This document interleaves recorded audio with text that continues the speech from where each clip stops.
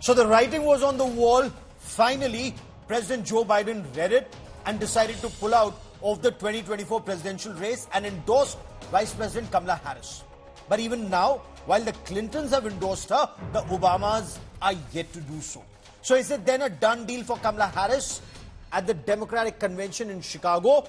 Or could there still be a dark horse in this race to the White House? And in India's context, who's better for India? The Republicans or the Democrats? Donald Trump or Kamala Harris? We discuss, we analyze. I'm Gaurav Sawant as always. Let's get started with the headlines at 10. Countdown to Budget 2024. Union Finance Minister Nirmala Sitharaman tables the economic survey, shows India's real GDP grew by 8.2%. Opposition accuses the government of cherry-picking data.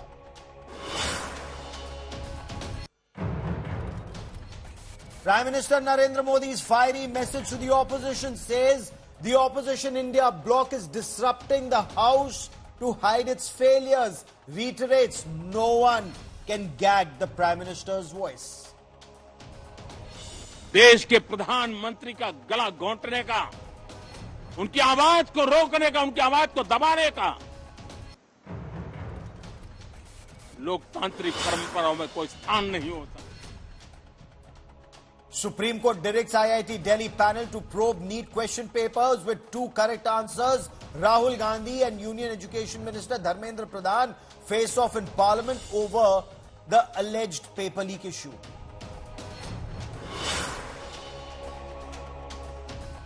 Supreme Court bars Uttar Pradesh's Kawad Yatra diktat, says shopkeepers don't need to display their names, only details of food that's served. Opposition hails the verdict.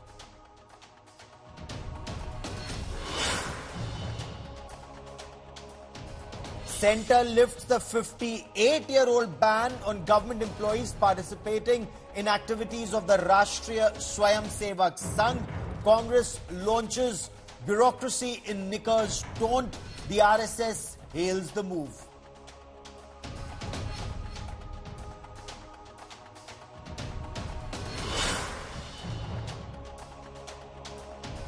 It was in September 2019 that Prime Minister Narendra Modi travelled to Houston, Texas for Howdy Modi, and there was a grand show at the huge NRG Stadium in Houston with about 50,000 Indian Americans in audience. I was in Houston reporting Howdy Modi, where then US President Donald Trump described Prime Minister Narendra Modi as one of America's greatest, most devoted and most loyal friends. Prime Minister Modi too called Trump a true friend of India at the White House. Listen in. Just a few months ago, in the largest democratic election in the history of our world, 600 million Indians went to the polls and voted overwhelmingly at his party.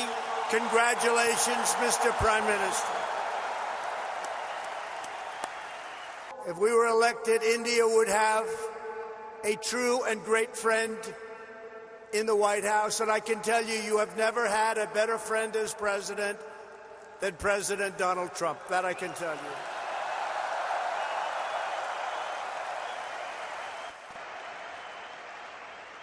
I had a chance to meet him often. And every time I found the friendliness, warmth, energy, the President of the United States of America,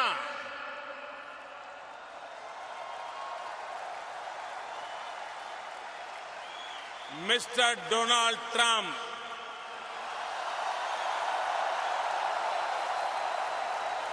this is extraordinary. This is unprecedented.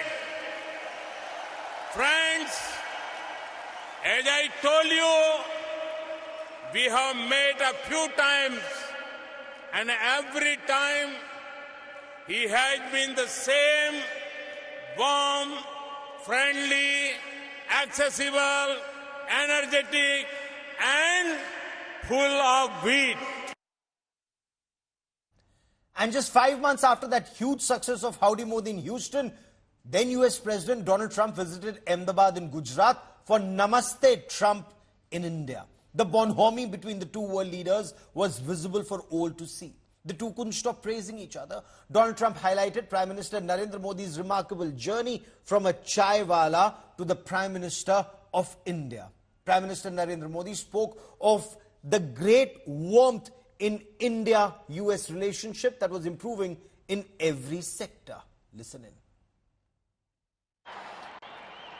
From this day on, India will always hold a very special place in our hearts. The life of Prime Minister Modi underscores the limitless promise of this great nation. He started out by his father's side as a chiwala, a tea seller. When he was a young man, he worked at a cafeteria in this city. Stand up.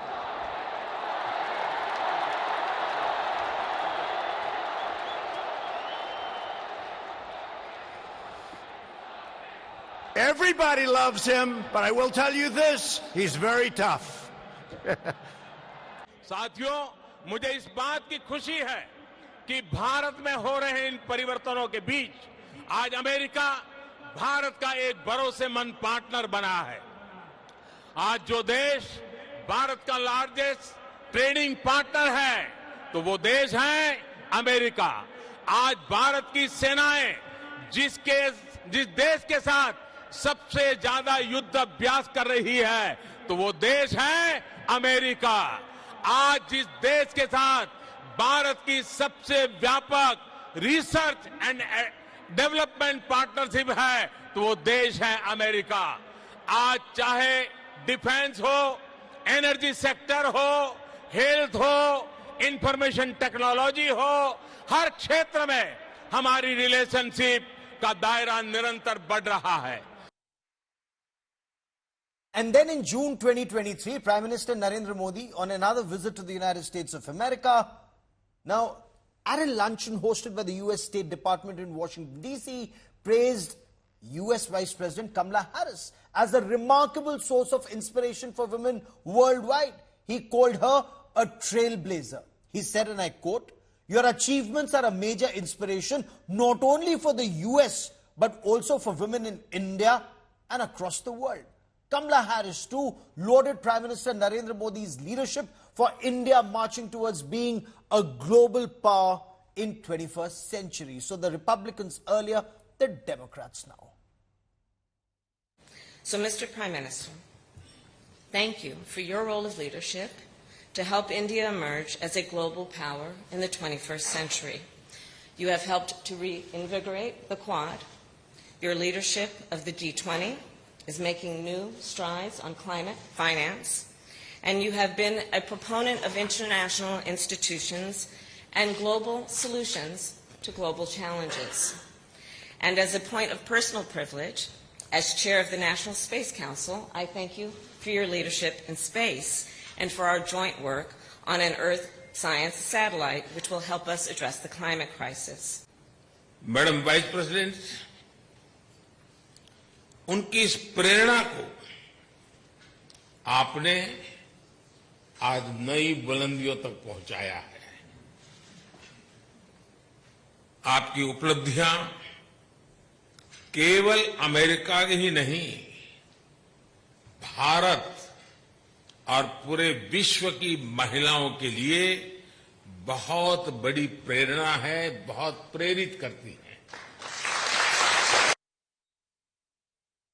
So India-US ties have been improving and almost constantly under both the Democrats and the Republicans. There is bipartisan support that India enjoys, but will it make a difference? The question is the intensity of that relationship and the personal equation. Who's better for India in the White House? Democrats or Republicans? Kamala Harris or Donald Trump? Joining me from the United States is Lenka White, she's a senior journalist who's tracking these developments. Ambassador Veena Sikri is a former top diplomat, and Professor Brahma Chilani is a well-respected strategic affairs analyst and a former advisor to India's National Security Council. Lenka White, let me begin by asking you, after Joe Biden dropped out of the race and endorsed Kamala Harris, is it smooth sailing for her all the way in this presidential race, or is she facing headwinds within the Democratic setup too? Are the Obamas endorsing her, or just not as yet? It's a great question. As you noticed, until now, nothing was smooth sailing.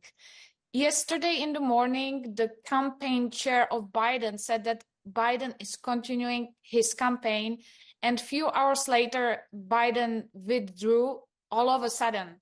It's really been rocky for the Democrats. But to your question, they don't have time. Last time this happened was in 1968, and the candidate withdrew in March. Now it's July. They are really short of time.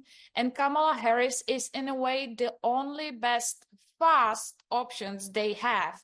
So most of the Democrats have already supported Kamala Harris. They are still waiting on Democratic leaders such as Obama, Nancy Pelosi, Jeffries, Schumer, who are sort of a little bit more distance from that. Okay. Maybe if somebody better would come in. But to your question, I think they will have to go with it rather smoothly just because of the time pressure.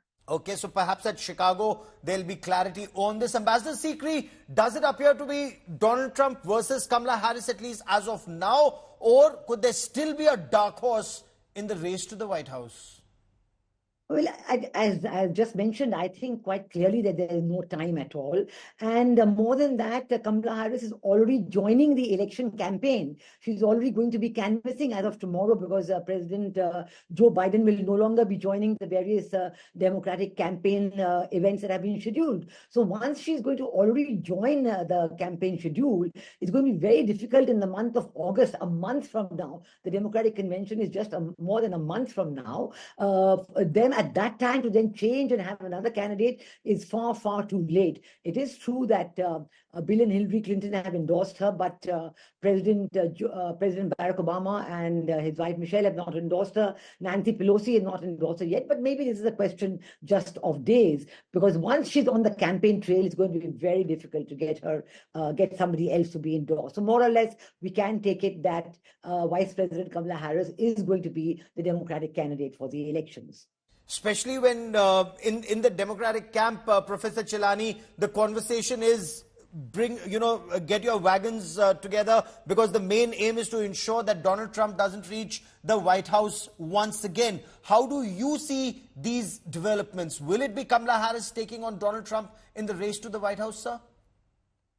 Well, Gaurav, the reason why Biden was forced out of the presidential race is because, in the perception of the Democratic Party establishment, it become too weak to defeat Donald Trump. The overriding goal of the establishment, the deep state in the US, is to prevent Trump from returning to the White House. But your question as to why Kamala Harris is the likely opponent of Trump, it's all about money. Yes. Biden is sitting on more than $200 million in cash. Lawfully, only Kamala Harris can utilize those funds, because it was a Biden-Harris ticket that drew that money, those donations. So lawfully, only she can use those funds.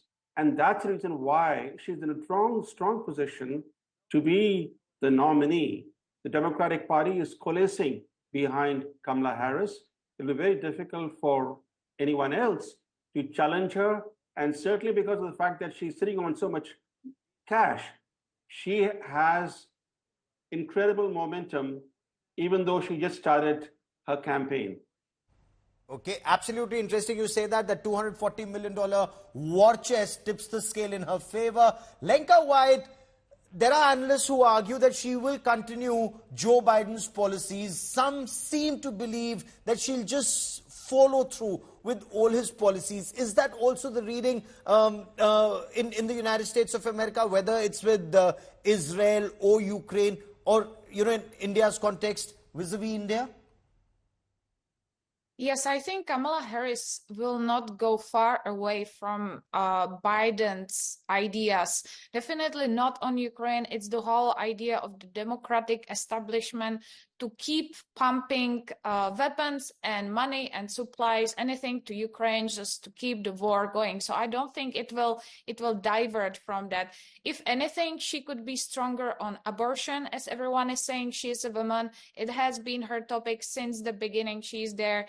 I don't think, even though she's now the border czar, I don't think she can be any better on that, because as we all know, here we have 10 million illegal immigrants ever since they got into the office. So I don't think she can much push further on that. But if anything, then on abortion. Okay, so, that may be one issue, but Ambassador Sikri, Lenka White mentions she's the border czar. Does that work in her favor, or given that mass illegal immigration that's taking place in the United States of America, that actually goes on to work against her? Yes, I think some of the issues, I think on policy as such, she will definitely follow the policies of the Democratic government under President Joe Biden. And certainly as far as we in India are concerned, we've seen their interest on internal affairs in India, whether it is the CAA or the NRC, and, the whole question of what happened during India's recent elections. There's been a big report from the Disinfo Lab about interference in India's elections, and we know that. So that is all, these are questions of worry. We also know that Vice President Kamala Harris has spoken about her Indian heritage, but she has not visited India in the last 3.5 years. She not visited India. There has not been much direct contact with her. So these are all issues that certainly, the people in India will be looking at. But on immigration, we've seen that President Trump has promised a much sterner policy, and it is known that the people of the USA are really worried and concerned about the huge amount of numbers that are pouring into America from the borders, from the southern borders, and this is going to be an issue that will have to be tackled will have to be spoken about by Vice President Kamala Harris as she does her campaign. Okay. Professor Chilani, on issues like 370 in Jammu and Kashmir or the Citizenship Amendment Act, the Democrats were seen as people who were interfering in India's internal affairs. Kamala Harris was quoted as saying Kashmiris should know they are not alone, or words to that effect. So in the White House, do you see her as, in case she makes it to the White House, more interfering in India's internal affairs? The Democrats are, they carry all sorts of baggage, including human rights baggage that they use against even partners and allies. The Republicans are much more pragmatic in that sense. But the fact is that the general trajectory toward closer Indo-US strategic cooperation is unlikely to be altered in the post-Biden era. Booming American exports to India reinforce the bipartisan support in Washington for stronger and closer ties with India. Which administration can ignore India? India's international profile and geopolitical weight are growing. India is now the world's 5th biggest economy after surpassing Britain. And by next year, India is set to become the third largest economy by overtaking both Japan and Germany. So there is no way that any administration in Washington will seek to, in any way, downgrade the relationship with New Delhi. In fact, the relationship is going to continue to grow. But the fact is that when Trump was in the White House, those were the halcyon days of the US-India relationship. It was not because of the Houston rally or the Ahmedabad rally. It was because of fundamental shifts in policy that Trump administration instituted. He instituted fundamental shifts in US policies towards India's 2 regional adversaries, China and Pakistan. And he gave India pride of place in his Indo-Pacific strategy, including committing the US to help, quote unquote, accelerate India's rise. That is why US-India relations thrived during the Trump presidency. Okay. Biden came to office criticizing India on various issues during his campaign. And even though in office, he sought to continue his predecessor's efforts to strengthen relations with India, yet we have seen in recent months how his Secretary of State has sought to interfere in India's internal affairs and use the human rights card as sort of an instrument to beat India with. Yes. So is that likely to continue? Ambassador Sikri, your appreciation, should Kamala Harris make it to the White House? Because there are several issues that the Democrats are in many ways seem to be pretty close even to Pakistan, whether the Biden administration gives them the F-16s or gets them off the FATF, or assists or helps them or looks the other way when they get off the FATF grey list despite doing nothing against terror, or that hard line on China, which is not as hard as the Trump line on China. How do you read this in the weeks and months ahead? Yes, I think certainly President Trump's line on China has been far more realistic, far more pragmatic, far more in recognition of the hegemonistic role that China is trying to play in the world and trying to push America into accepting this G2, the American camp and the Chinese camp. Barack Obama and the Democrats are supporting the China on G2. In fact, it was Barack Obama's time that initiated this whole idea. Yes. So I think President Trump is much more realistic on that. We have always had better relations with Republican administrations and rather than Democratic administrations with their, always looking over the shoulders into the domestic affairs of India and trying to think that they can, legislate or talk about or pass judgment on everything happening in every corner of the world.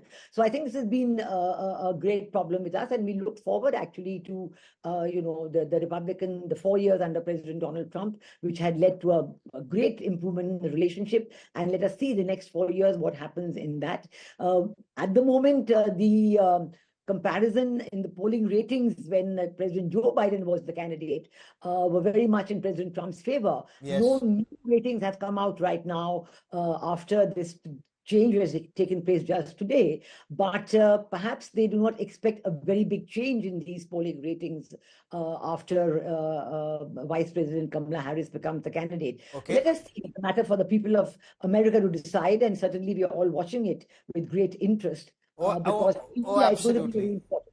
It's the world's oldest democracy that's watching elections in the United States of America, seen as one of the largest democracies in the world. But Lenka White, what's it like in the US after this announcement that it's not Joe Biden, it's Kamala Harris, and who would be her running mate? Lots of speculation, but is that likely to make some dramatic change in favor of the Democrats? It's been dramatic for about 1 month. As you can remember, there was the Trump-Biden debate. It went downhill. Then the attempt assassination against former President Trump. It was a disaster. And now suddenly Biden withdrawing. This was not really that unexpected. People thought that something will have to happen just based on the pressure which was officially put against Biden. Of course, no one expected he will do it offline. No one has seen a single picture of him ever since he put this major statement only via X platform, not even address the nation, nationwide. So it has been very strange way. In terms of Kamala Harris, she is ranking not the best, as one of the speakers already mentioned. She's having 46%, Trump is having 51%. We will, of course, see more and more polls pouring in as the time goes.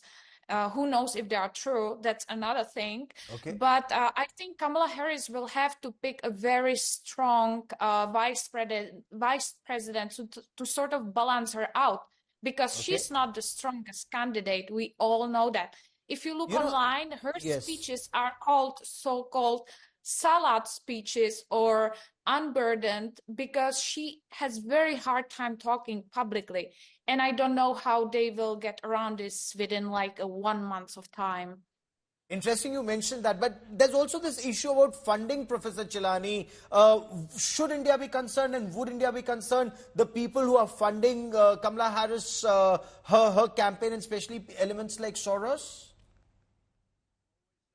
Well, that's an issue, but just yesterday, after Biden announced his decision to drop out of the race, the Democrats collected $50 million, all in small donations.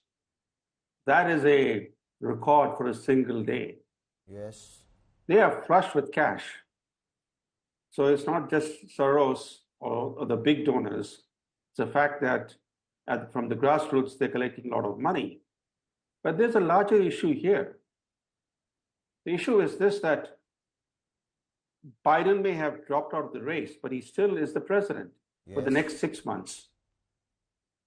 If Biden is not physically and mentally fit to run for president again, how can we fit to remain as president for 6 more months? And that debate is already raging in the United States of America. Yeah, if he was forced out because he was not physically and mentally fit, but then somebody who's not fit, should he stay as president for 6 more months at a time when the U.S. is facing both domestic challenges, it's very polarized, and it's a very divided society. And internationally, it's a very turbulent time. And perhaps that's the baptism by fire that Kamala Harris will go through. But we'll be tracking that story very, very closely. I've unfortunately run out of time on this part of the show. And does the consensus appear to be that for India, it's the Republicans and Donald Trump who's likely to be better to take this relationship forward? Is that actually the case? We'll be tracking that. Will it be ab ki baar Trump Sarkar actually this time after a gap of 4 years? That is all I have for you on this show. To all my guests, many thanks for joining me.